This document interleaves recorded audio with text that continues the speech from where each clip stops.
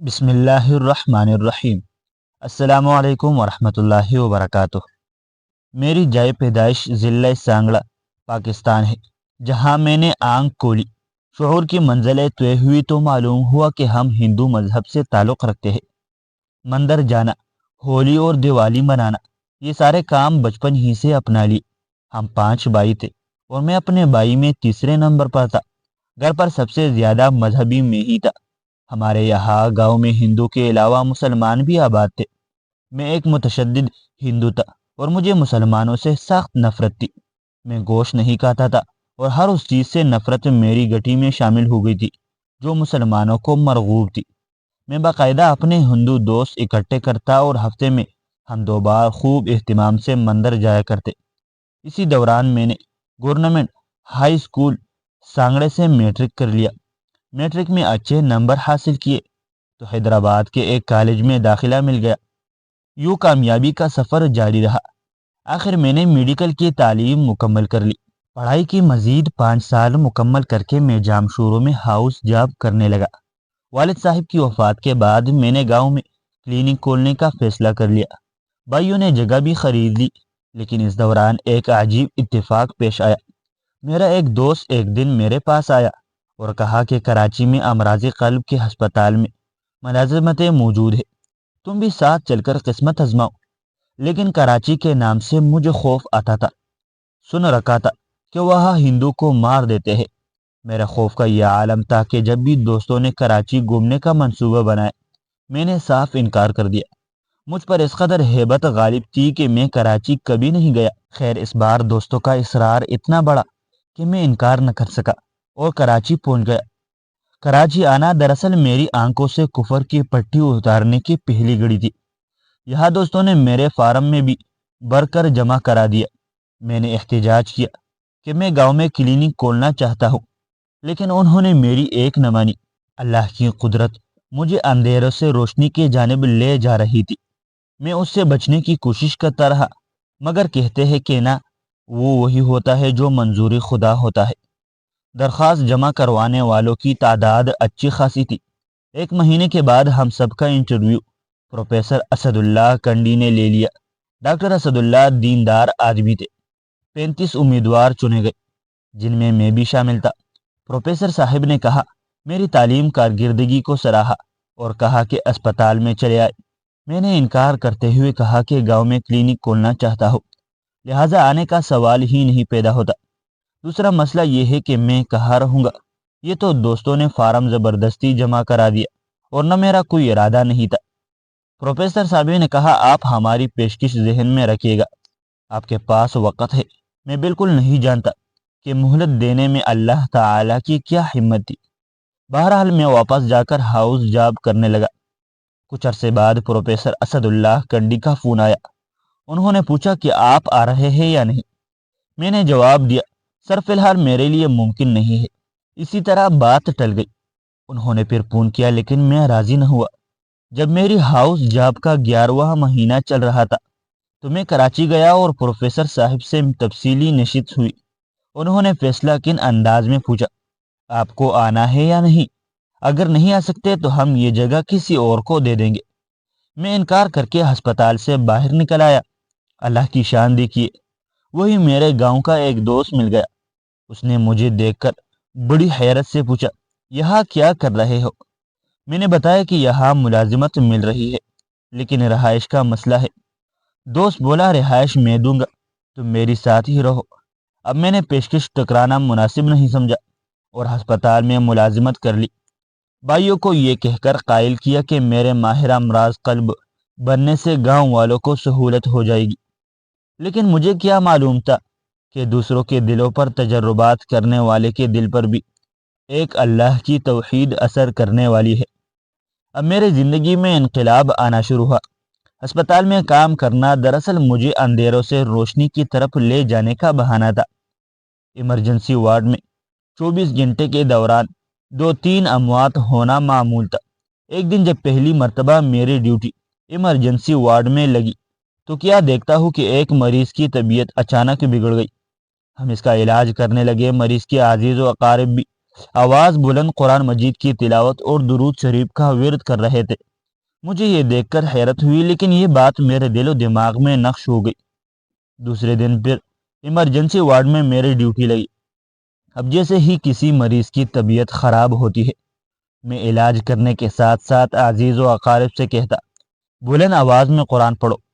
یوں آہستہ آہستہ اسلامی باتیں میرے دماغ میں اس طرح آتی گئی کہ مجھے خود معلوم نہیں ہوا کہ میں کس راستے پر چل رہا ہوں۔ میں انجانے میں فطرت کے قریب ہو رہا تھا۔ اگر کوئی شخص یہ کہے کہ وہ صرف اپنے علم اور لکھنے پڑھنے سے مسلمان ہو جائے گا، تو یہ اس کی غلط فہمی ہے۔ جب تک کافر پر اللہ تعالی کی خاص رحمت نازل نہ ہو، یہ نعمت اعظم سے اسے نہیں مل سکتی۔ مسلمان ہو جانا ہر ایک کی قسمت میں کہا۔ بہرحال مریض کی عزیز و اقارب مجھ سے مل کر بہت حیران ہوتے جب انہیں پتہ چلتا کہ میں ہندو ہوں۔ ہسپتال میں میرے کمرے کے باہر ڈاکٹر گوتم داس کی تختی لگی تھی۔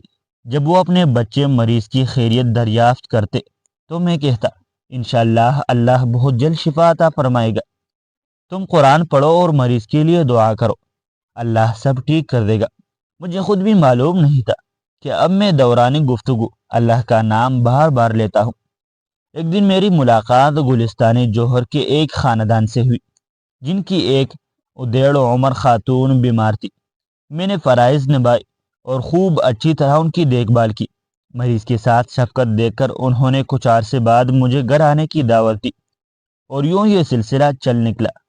جب اس گھر میں آنا جانا شروع ہوا تو دیکھا کہ جیسے ہی نماز کا وقت ہوا، گھر کی مالک سارے کام چھوڑ چھاڑ نماز پڑھنے لگتی ہے۔ یہ بات مجھے عجیب لگی۔ اس گھر میں چند بچیاں تھیں جنہیں ایک عالمیہ پڑھانے آتی تھی۔ ایک دن میں نے یوں ہی قرآن کی طرف اشارہ کر کے پوچھ لیا، یہ کیا ہے؟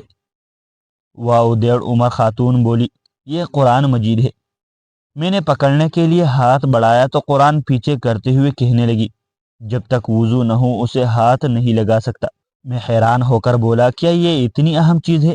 اسے پڑھتے کس طرح ہے؟ جواب ملا، اسے دیکھ کر پڑھا جاتا ہے اور لوگ اسے حفظ بھی کر لیتے ہیں۔ کیا یہ پوری کتاب حفظ ہو جاتی ہے؟ یہ کہہ کر میں حیرت کی اتھاہ گہرائی میں ڈوب گیا۔ پڑھنا تو نہیں جانتا تھا، مگر قرآنی الفاظ ایسے تھے کہ انہیں ٹکر ٹکر دینے لگا۔ بہرحال اس روز قرآن دیکھ کر میرے اندر ہلچل پیدا ہو گئی۔ مسلمان دوستوں نے ایک دن میری دعوت کی، جس میں بڑا گوشت بھی شامل تھا۔ انہوں نے کہا، بڑا گوشت تو آپ نہیں کھاتے، مگر میں نے انہیں دو ٹوک کہہ دیا کہ ایسی کوئی بات نہیں۔ میرے دوستوں کے پرخلوص رویہ نے دراصل میری ساری شدت پسندانی زائل کر دی تھی۔ چند دنوں بعد میرے دوستوں نے ایک تقریب کا اہتمام کیا جس سے میں لا علم تھا۔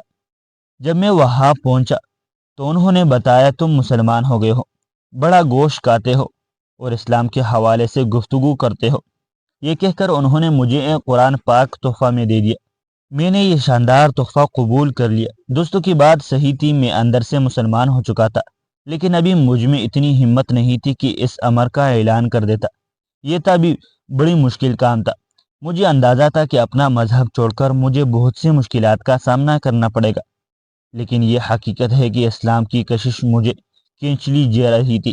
پہلے میں باقاعدگی سے مندر جایا کرتا تھا، لیکن اب میں گاؤں جاتا تو مندر جانا ترک کر دیا۔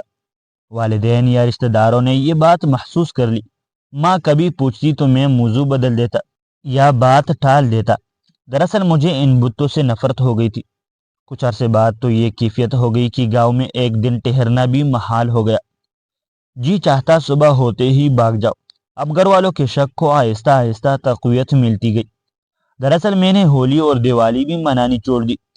مزید 2 برس کے اندر میں اسلام کی جانب چلا گیا۔ صبح کے وقت چینل پر ایک عالم کا مدلل پروگرام دیکھتا۔ وہ عالم اسلام کے حوالے سے ہندو کی شکوک و شبہات دور کرتے تھے۔ انہوں نے میری زندگی کی بھی کئی مسائل حل کی اور مجھے اسلام کے مزید قریب کر دیا۔ ہندو مت اور اسلام پر ان کی دلائل سے بھرپور گفتگو مجھے اپنی جانب کھینچتی چلی گئی۔ اس طرح اسلام پسندی میں میرے رگوں پر سرایت کر گئی۔ گاؤں والوں کو جب اس بات کا پتہ چلا تو ایک دن انہوں نے مجھے بہانے سے گاؤں بلوایا۔ وہاں مجھے بطور سزا کے ایک کوٹلی کے اندر بند کر دیا گیا۔ پھر ہر طرح سے کوشش کی گئی کہ میں دوبارہ ہندو ہو جاؤں، اس دوران وہ تشدد کے حربے بھی آزمائے گئے۔ وہ دن میرے لیے سخت آزمائش کی تھے۔ میں وہاں سے کیسے نکلا یہ علیحدہ داستان ہے۔ مختصر میں کسی نہ کسی طریقے سے بھاگ کر کراچی پہنچ گیا۔ اب میرے لیے میدان کھلا تھا۔ میں اسلام میں پورا داخل ہونا چاہتا تھا۔